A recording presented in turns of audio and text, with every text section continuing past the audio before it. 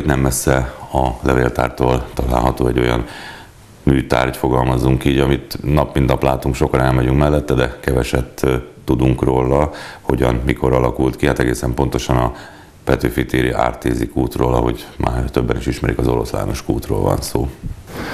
Igen, tehát a kút története a 19. század végére nyúlik vissza, amikor is ugye az Ártézi kút az egy olyan kút, ami olyan mélyen fúrnak a talajban, hogy a víz magától tör a felszínre. Az 1880-as években már olyan szintre jutott a műszaki, illetve a technológia, hogy lehetővé tette ezeket a mélyfúrásokat, illetve közegészségügyi szempontból is nagy jelentősége volt, mert ugye régen ezek az ásott kutakban gyakran volt fertőzött a víz, és fertőzött víz volt az okozója a kolera járványnak.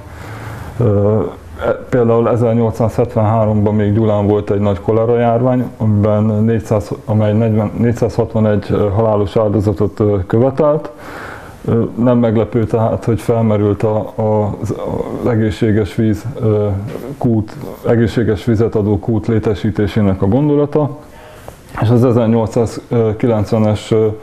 1890-ben egy közgyűlésen Oláh György és más képviselők vetették fel ezt a gondolatot, hogy legyen Gyulán Ártézi kút, amely végül 1893-ban, de azért húzódott néhány évig, 1892-ben adakozásra hívták fel a város közönségét, aztán 1893 elején, vagy májusában kötöttek szerződést Czol Demeter nevű hódmezővásárhelyi kútfúrómesterrel.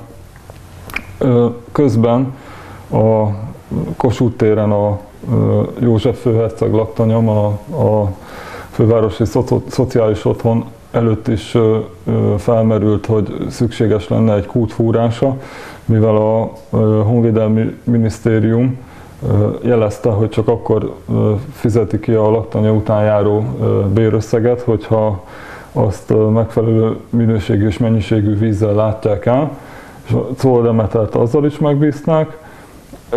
Itt először a Petőfi téri kutat fúrta meg, 1893. júliusában kezdte, és 1893. augusztus 5-én tört fel a víz, 304 méter mélységbe lefúrt. A laktanya előtt ott már nehezebb dolga volt, mert ott írták, hogy ilyen 230 méter körül a fúrója belecsavarodott a kabicságyba, és csak a 4. próbálkozásra sikerült ott is a kutat kifúrni. És magának a kút medencéjét azt is Czol Demeter tervezte, kicsit itt átalakították, mert azt akkor sétatérnek hívták, és átalakították a teret, így ugye a kút került a középpontba. Tehát itt a Scherer Ferenc könyvében még a régi kútház látható, amit a Czol Demeter készített, ami aztán 1927-re úgy megrongálódott, hogy 1927-ben egy új kútházat kellett építeni, amit Heilinger Antal gyulai vállalkozó végzett el, és lényegében a kút akkor nyerte el a mai formáját.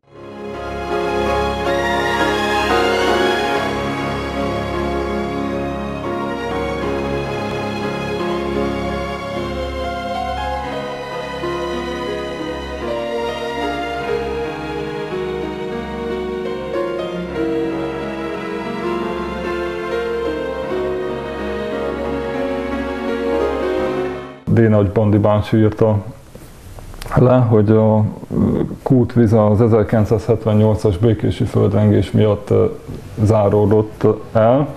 Ugye ott akkor sokáig nem is volt víz a kútban.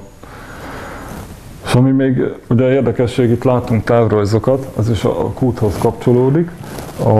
Az 1900-as évek elején, 1904-ben felmerült a gondolat, hogy egy vízvezetéket létesítsenek a városban, ugyanis a víznek a kb. 10%-át használták föl, a többi elfolyt, és úgy gondolták, hogy egy vízvezetékkel lehetne hasznosítani, amit rákötnek az Ártézi kútra.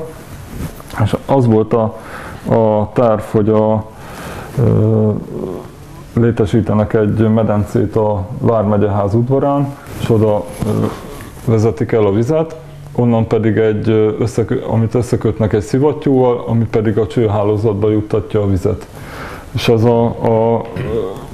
tehát itt látható egy helyszínrajz, ami mutatja, hogy képzelték el ezt a csőhálózatot, tehát 3 irányba ment volna el, ugye ment volna a Kossuth utcán körülbelül a Vár utcáig, a Román városig. Volt egy ága, amelyik a Jókai utcán a Németvárosi templomig ment volna, illetve a Békesugár út, Árpád utca, Békesugár úton nagyjából az állomásig. És már megvolt tehát itt ez a terv ezeknek a vízvezetéknek a különböző módozatait mutatja. Ugye egy Riedl Frigyes nevű budapesti mérnök tervezte. Itt a új díszes kútfej látható, de aztán ez a terv nem valósult meg. 1905-ben a képviselőtestület levette a napirendről azzal, hogy túl nagy költségeket róna a városra. Pedig van egy névsor is, hogy már 200 előfizetővel számoltak, és hát nagyjából ugye a közületek, a nagyobb cégek, a Harisnyadár, illetve a városnak a tehetősebb polgárai találhatók a listán. De aztán mondjuk a 2 világháború között valamiféle ilyen törpevízművek léteztek, amelyek megcsapolták az ártézi kutaknak a vizét, de ebben a formában ez nem jött létre. Illetve van egy ilyen 2 világháború közötti lista, ilyen ártézi kutaknak a katasztere, amit itt néztünk, hogy ezen több mint 250 kút szerepel, tehát ugye aztán nagyon gyorsan fúrták ezeket a kutakat, tehát minden jelentősebb közintézmény meg nél volt, illetve az utcákon is sok helyen. Itt ugye látjuk, hogy nem így nézett ki ez a végleges formáját, ezt mikor nyerte el? Hát ami most látható, az 1927-ben. Akkor tervezték ezt az új díszes. Pont itt a tervrajzon nem látszik az oroszlán, de látszik ez a szép díszes kútház, hogy így a terveken.